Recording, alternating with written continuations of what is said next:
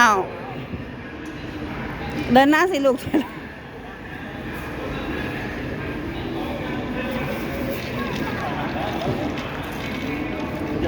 อย่างเลย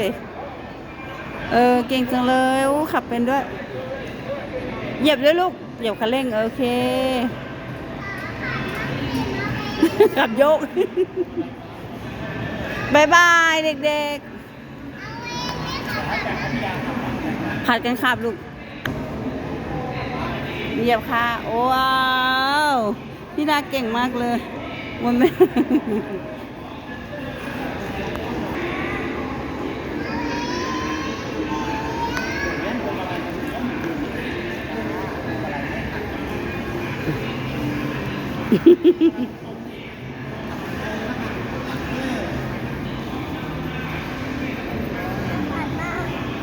มีเวลาบอกไหมจะชนโอ้เลี้ยวค่ะลูกเลี้ยวเดี๋ยวชน